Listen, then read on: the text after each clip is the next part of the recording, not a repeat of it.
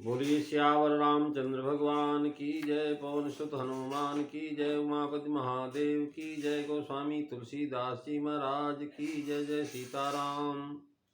आदरणीय श्रोतागणों, मानस चिंतन चैनल पर आप सभी का स्वागत है।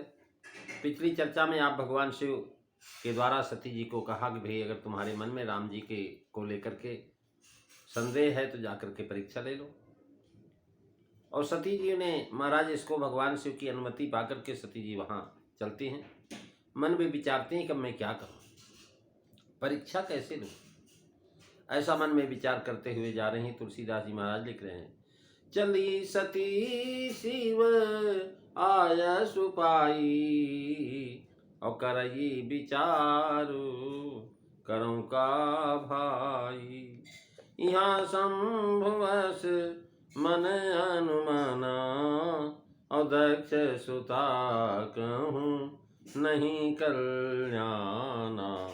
मोरे कहे न संशय जाहि, विष विधि विपरीत भलाई नाही।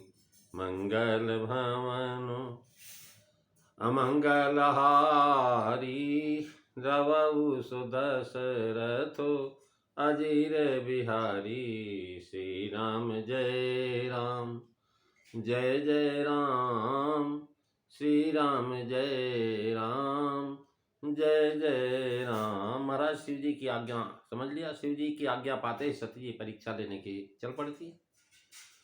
और इससे पाया गया कि उनके हृदय में परीक्षा लेने की इच्छा तो थी ही।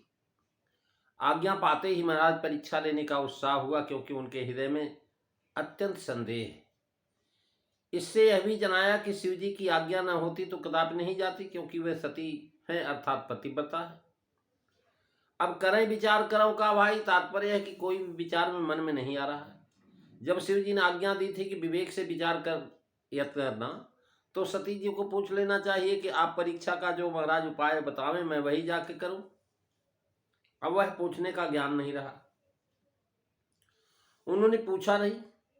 हरि माया के वशीभूत है, अतः आज्ञा पाते ही तुरंत चल पड़ी। और शंकर जी की आज्ञा है विचार करना, इसी से महाराज सोचते हैं कि जब पति की आज्ञा है तो फिर विचार करने की क्या जरूरत है।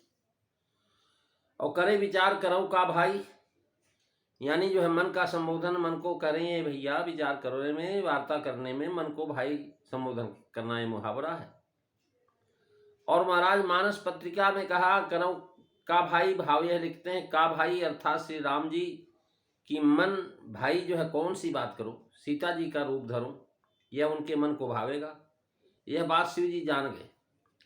अब वो अनुमान करने लगे, यदि ऐसा भाव ले तो महाराज अति संगत होगा कि शिव जी ने कहा था कि विवेक से विचार करना, इन्होंने विवेक से विचार नहीं किया, हृदय से विचार। यहाँ शंभु मन अस अनुमाना, इधर भगवान शिव वटवृक्ष के नीचे बैठे हुए हैं जो विश्वास की छाया में है। और विश्वास की छाया में जो बैठा रहता है महाराज उसको कोई चिंता नहीं होती। मन में सोचने लगे कि यहाँ दे करके बदला जनाया कि कुबुद्धि की बात करने वाले के साथ कवि की बुद्धि नहीं है, क्योंकि सती का कल्याण नहीं। कवि की बुद्धि शिव जी के साथ है, इसलिए यहाँ पद दिया। अथवा सती जी का शिव जी के समीप से चलना कह करके अब सब जी शिव जी का हाल बताते हैं। कवि की बुद्धि इस समय शिव समीप, यहाँ वहाँ दो बात कहे। यदि सती जी श्री राम के समीप पहुंचना कह करके शिव जी का हाल लिखते तो यहाँ न कह करके वहां कहते। अब कह रहे हैं दक्ष सुता कहूं नहीं कल्याणा, शिव संबंधी अकल्याण असंभव है, सती का कल्याण नहीं। अतः दक्ष का संबंध यहाँ दिया। शंकर जी सोचते हैं कि दक्ष जो है अज्ञानी है, मुझ में श्रद्धा नहीं रखता, हमको नहीं मानता। तो उस दक्ष की अंश सती में जो आ गया महाराज वह भाव, ये भी अपने आप को बहुत चतुर समझती, इसीलिए हमारा कहा नहीं मानी, अपनी चतुराई पर भरोसा करके भगवान की परीक्षा लेने के लिए जा रही है। अनुमान करने में शंभु नाम दिया क्योंकि आप कल्याण करता है जीव मात्र के। और बिन शंभु कृपा नहीं होई विवेक, विनय में कहा। और स्त्री के लिए तो पति ही सर्व कल्याण का मूल है, इसीलिए सती के कल्याण पर अब उनकी दृष्टि है। उस पर भी शंभु ऐसे पति के वचन का निरादर किया। महाराज कल्याण करने वाले की बात को ही जब कल्याण नहीं मानेगी जब महाराज कल्याण करता शिव जी को ही छोड़ करके परीक्षा लेने गई हैं, तो मानव कल्याण जो है उन्होंने खो दिया वहीं पर। भगवान शिव सोच रहे हैं मोरे कहे न संशय जाही,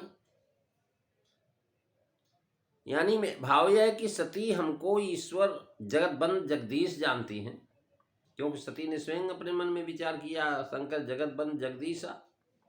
दूसरे हम इनके पति हैं, पतिव्रता होकर के भी हमारे वचन में प्रीत नहीं है, इसलिए विधाता विपरीत है। और विधाता के विपरीत होने पर फिर भला भलाई कहाँ हो सकती है। कोई किसी के भले का उपदेश करे वह ना माने तो जानना चाहिए कि उस पर विधि विपरीत है। महाराज मंदोदरी हृदय कर चिंता भय कंत पर विधि विपरीत। विधाता के विपरीत होने पर ईश्वर का भी उपदेश नहीं लगता। जैसे दुर्योधन को व्यास और श्री कृष्ण ने उपदेश दिया लेकिन लगा नहीं। भगवान शिव कह रहे हैं कि भाव यह है कि ईश्वर संशय नाश करने की अवधि है, मैं ईश्वर हूं और मेरे वचन मोहांधकार को दूर करने के लिए रवि किरण के समान है और सूर्य किरण के से अंधकार मिटता है, यह विधि है। और वैसे ही मेरे वचन से मोह मिटता, यह भी विधि है। मेरे भी उपदेश से संशय का नाश नहीं हुआ तो किसके उपदेश से नाश होगा। अतः निश्चय है कि विधाता विपरीत है, यह बात विधि विपरीत है। संशय अपार है, इसी से मोरे कहे न संशय जाही, न कल्याणा दक्ष सुता कहो। महाराज निश्चय है, निश्चल ही जब प्रभु के पास सम्मुख होता है तो उसका उसी से देश से कल्याण होता है। सती जी छल सहित जाती, इसलिए प्रभु उस छलमय देह को नाश करके दूसरी देह में इनका कल्याण करेंगे। महाराज विधि विपरीत का भाव यह कि विधि अर्थात शास्त्रोक्त विधान का व्यवस्था तो यही थी कि सती जी पति की आज्ञा का पालन करती और पति के वचन पर विश्वास करती, सो न करके वो उसके प्रतिकूल कर रही। अब भला नहीं होगा। उत्तम शिक्षा को मान लेना ये उत्तम कल्याणकारी विधि है, उस पर नहीं ध्यान देना, उसे न मानना ये विपरीत विधि है। जिसकी आय क्षीण हो जाती है उसे हितकारी उपदेश अच्छे नहीं लगते।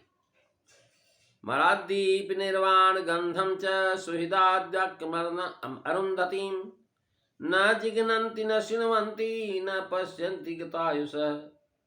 सती की आयु अब क्षीण हो गई, इसलिए महाराज पति परित्यक्ता और मानता होकर के मरना भलाई नहीं है।